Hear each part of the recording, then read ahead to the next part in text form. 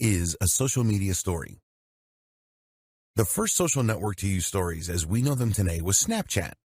In fact, this was the core feature of that app and the one that set it apart.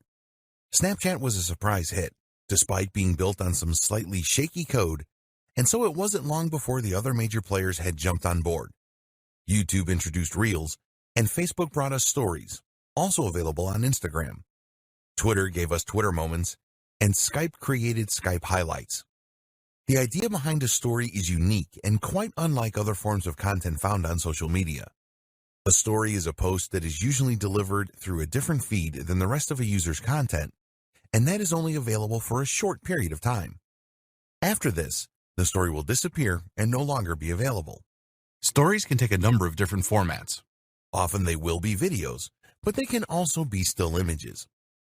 Also, a common trope for stories on multiple platforms is to allow the use of stickers and text. These are usually placed on top of the main media, giving them pride of position and leading to very impressive engagement and open rates. Why more and more companies are using stories. There are a number of compelling reasons that many brands are starting to rely more and more on the use of stories. One, that is the organic reach of business accounts on a number of social platforms is decreasing, and this is something we'll encounter a few times in this training. Another is that stories provide a great ROI in terms of time and effort they require and the benefits they offer. The great thing about stories is that they are temporary, normally lasting just 24 hours. That means that they don't leave a lasting impression on your page, feed, or account.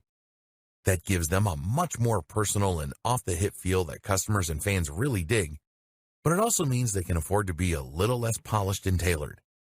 That means you don't need to shoot a product using studio lighting and a DSLR camera. You can just snap it on your phone and send it off.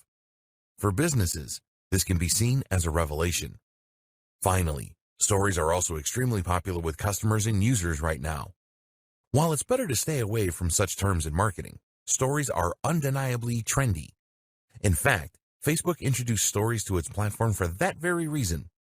At the time, the site was seeing fewer and fewer members of the younger generation sign up, as the demographic began to skew upwards in age. Meanwhile, Snapchat was enjoying a lot of success for a new option, and particularly among the younger contingent of users. Snapchat provided a way for kids to share messages that couldn't be held for posterity, and in a very immediate and fun manner. Facebook had to adapt or risk becoming obsolete, and as marketers, we need to do the same.